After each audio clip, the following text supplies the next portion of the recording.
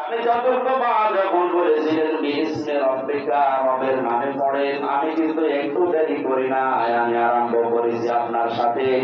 আর একটা দুইটা না, 5টা সেন্টেন্স আমি পড়েছি। বলেন সুবহানাল্লাহ। এটা দিয়ে জিবরাইল সহ কিয়ামত পর্যন্ত নবীর উম্মত যারা আসবে তাদেরকে তিনি শিক্ষা দিতে চেয়েছিলেন, আমার উম্মত যারা আসবে দুনিয়ায় তারা রব ছাড়া অন্য নামে পড়তে পারে না।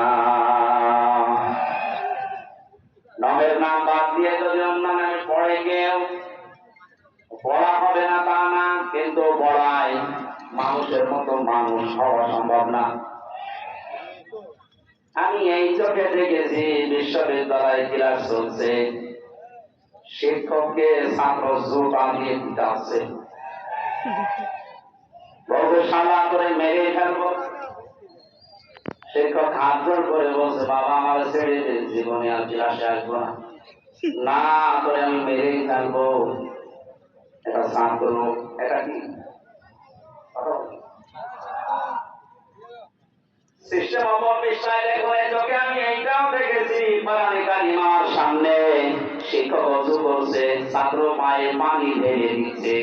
শুধু পায়ে পানি ঢেলে দিয়ে হয়নি, নিজের হাত দিয়ে পরিষ্কার করে দিচ্ছে।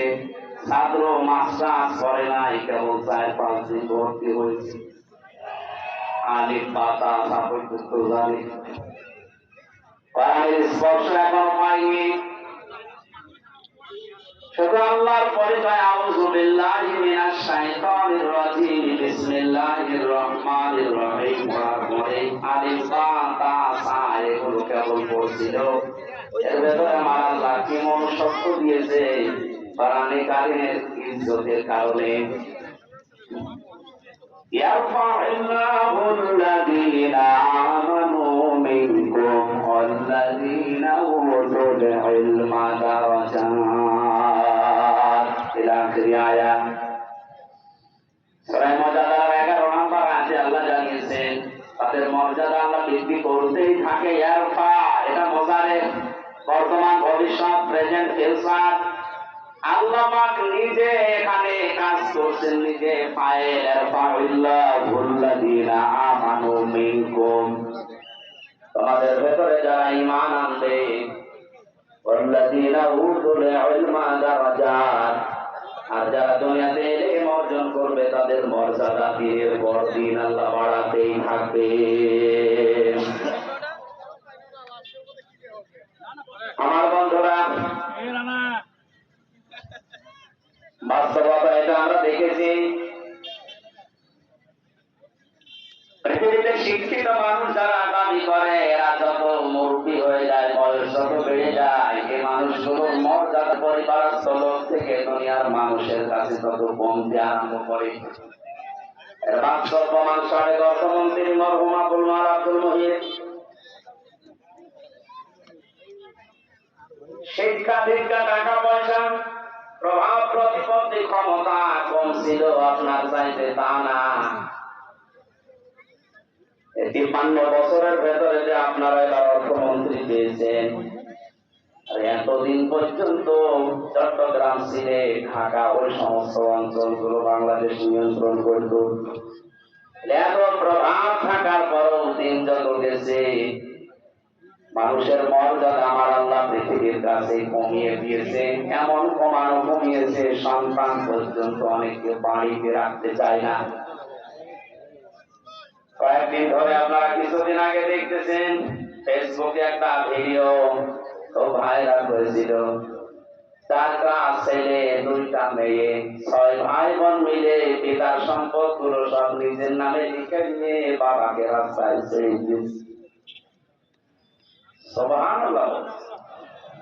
না,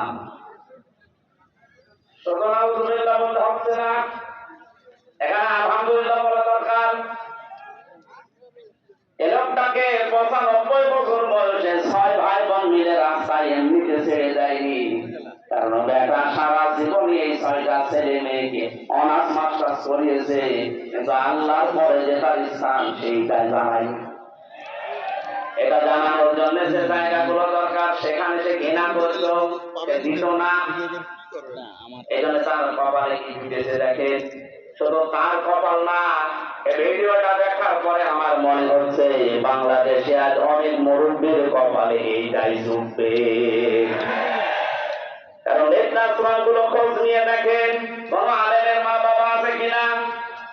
কোরআন যারা জানে বসে পড়ে তাদের মা বাবা ওখানে আমি পাইনি। আমি যতগুলো বৃদ্ধাশ্রমে ঘুরে ঘুরে দেখেছি, আমার এই ছোট জীবনে প্রায় 25টার উপরে বৃদ্ধাশ্রম দেখলাম।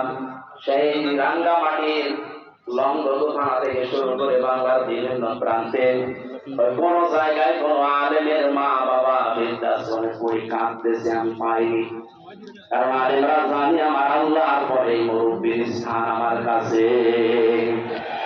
নিজে খেতে না পারলেও দরকার ভিক্ষা করে খাওয়াবে, অথচ ওই 6টা ছেলেমেয়ের ভেতরে আল্লাহর পরে মা বাবার স্থানে জ্ঞান কোনদিনও মুরব্বী দেয়নি। তো জানবে কি করে? এখানে কায়দা কৌশল করে ফাঁকি দিয়ে মা বাবার সম্পদ গুলো নিজেদের নামে 6 জন দিকে নিয়ে মুরব্বীর শ্রেণী দিয়েছে।